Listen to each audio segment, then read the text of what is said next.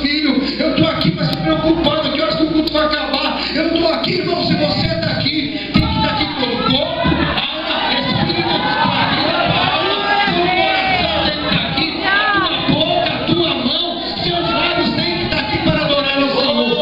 Não divida a tua adoração, porque você está diante de Deus, diante do Senhor. Até a tristeza ela sai pulando de alegria. As irmãs cantaram esse vídeo que falava de Daniel, né? Daniel não aceitou os manjares, Daniel não quis estar no palácio, Daniel não dividiu a adoração dele. Mas você vai morrer, você está diante da morte, não me importa, até diante da morte eu prefiro ser fiel, eu prefiro louvar e adorar o nome do Senhor. Amém? Não divida a sua adoração, não divida a sua atenção. Nesta noite continue glorificando e louvando o nome do Senhor. É difícil pregar aqui depois que o pastor Sérgio subiu, o pastor Luiz aqui subiu. É muito difícil você pregar, porque o coração do povo já podia dar a mesa apostólica, que está todo mundo alimentado, todo mundo já chorou, já glorificou, já adorou, né? Eu anotei aqui o pastor Sérgio falou lá em 1 Timóteo, capítulo 1, e lá no versículo 19, algo falou no meu coração sobre permanecendo na fé, ou mantendo a fé.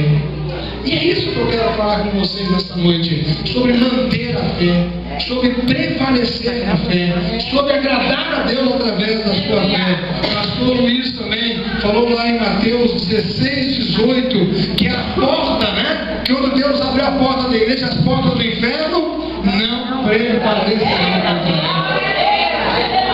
Pastor, por que é uma pesquisa que a cada 10 igrejas que abrem, 4 fecham no segundo ano, não chega ao segundo ano de vida? Vou repetir, a cada 10 igrejas que se abrem, 4 não chegam a 2 anos de vida. Por que será? Qual é a explicação para isso? Irmãos, eu podia falar um monte de coisa, pesquisa, de questão financeira, questão pastoral, ministerial, de muita igreja. Não, só vou falar uma coisa. Para uma igreja prevalecer, Deus tem que estar com negócio. Para uma igreja prevalecer, Deus tem que estar no negócio. Deus tem que estar, você tem que estar no centro da vontade de Deus. Aleluia. Se você abre uma igreja para você estar no centro dela, se você abre uma igreja visando status, visando lucro, visando uma série de coisas, Deus não está no negócio, você não vai prevalecer. Mas se você abre uma igreja, o seu coração está em Deus,